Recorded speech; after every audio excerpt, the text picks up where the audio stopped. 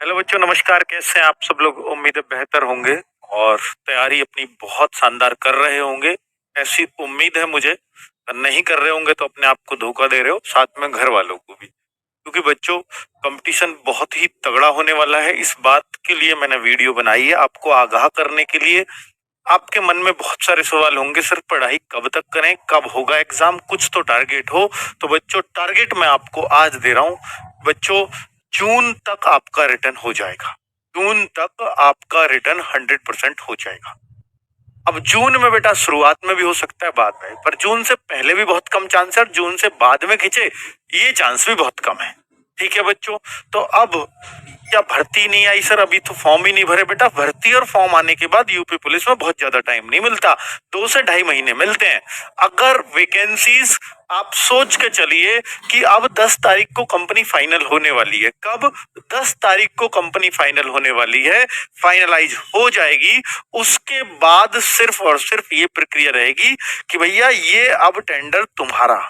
अब कंपनी को इस तैयारी में लगना होगा कि फॉर्म निकालने के लिए पोर्टल तैयार करना है, और पोर्टल तैयार करने के लिए उनको अधिकतम 1 महीना लग सकता है, और तब तक इलेक्शन का रिजल्ट भी आ जाएगा। तो कुल मिला के भर्ती का बेटा 10 मार्च के बाद ही होगा, जो भी कुछ होगा। लेकिन 10 मार्च के कितने दिन बाद है? क्योंकि 10 मार्च का रिजल्ट है। 10 मार्च के बाद में शपथ होगी, ये होगा। शपथ वगैरह से इस भर्ती का संबंधित इतना नहीं होना चाहिए, क्योंकि ये सरकार के पाले से ज्यादा अब पुलिस विभाग के पाले में ज्यादा है, भर्ती बोर्ड के पाले में ज्यादा है। और भर्ती बोर्ड पे मतलब पुलिस वाले ज्यादातर इलेक्शन के काम में जो अभी बहुत ज्यादा व्यस्त है, वो काफी उनका लोड हल्का हो जाएगा, और निश्चित रूप से वो आपकी इस भर्ती पर ध्यान देंगे और बहुत अच्छे से ध्यान देंगे। तो कुल मिलाकर के मैं बच्चों आपसे ये कहना चाह रहा हूं, 10 मार्च के बाद महीने के अंदर अंदर, यानी 10 अप्रैल तक आपको एक पॉजिटिव खबर मिल जाएगी कि वैकेंसी आ चुकी है। अगर अप्रैल में आपकी वैकेंसीज आ जाती हैं तो मई जून, अप्रैल मई जून, आपके पास वो 2 ढाई 3 महीने का जो टाइम है वो मिल जाएगा, और आपका एग्जाम जून के एंड होते होते हो जाना चाहिए। तो टारगेट आपको चाहिए था वो मैंने आपको दे दिया। तो बच्चों, अगर आपके अब 5 ही तो महीने रह रहे हैं, अगर जून में भी हुआ तो 5 महीने नहीं पढ़ सकते एक नौकरी लेने के लिए? अगर आप में उतनी ताकत नहीं है कि 5 महीने में कैसे मेहनत करूंगा, तो फिर आप बेटा, फिर आप इस जॉब को लेने लायक ही नहीं हो।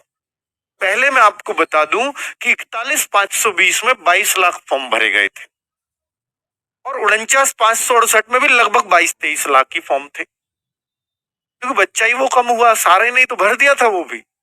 हालांकि 22 से ज्यादा थे, क्योंकि कुछ बच्चों को, ओवर एज वालों को भी मौका दिया गया था। तो ये शायद 26-27 थे, 49,568 में इतने लाख फॉर्म थे। अब बच्चों 17-18 लाख एग्जाम में बैठ जाते हैं, और अब जो भर्ती आ रही है ये निश्चित तौर पर बच्चों ज्यादा बच्चों को लेकर के आएगी, क्योंकि एक तो कंपटीशन का दौर बढ़ रहा है। 2018 में उतने लोग यूट्यूब के बारे में नहीं जानते थे जो आज 2022 में जानते हैं, और सबको पता होगा, जिसने भी 12th किया हर एक बच्चे को पता होगा कि भैया यूपी पुलिस के फॉर्म आ रहे हैं। ऐसा कोई बच्चा नहीं बचेगा। पहले तो ऐसे कितने ही रह जाते थे। 2018 से पहले अगर मैं 14-15 की बात करूं तो फॉर्म का ही नहीं पता चलता था, क्योंकि लोग यूट्यूब के टच में नहीं होते थे, है ना। तो मैं आपसे कह रहा हूं बच्चों कि इस बार, और आपके कुछ ओवर एज भी तो हो जाएंगे सर, फॉर्म तो वैसे ही कम हो जाएंगे। बेटा, इतने ओवर एज नहीं होते जितने 12th कर लेते हैं हर बार, इतना तो आपको भी पता होगा। इतने ओवर एज नहीं होंगे जितने 12th के नए कैंडिडेट्स आ जाएंगे।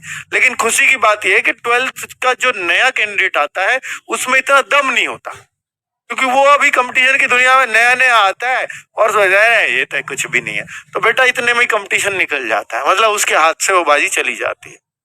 बहुत कम ऐसे बच्चे होते हैं जो सीरियस हो जाते हैं पहली बार में।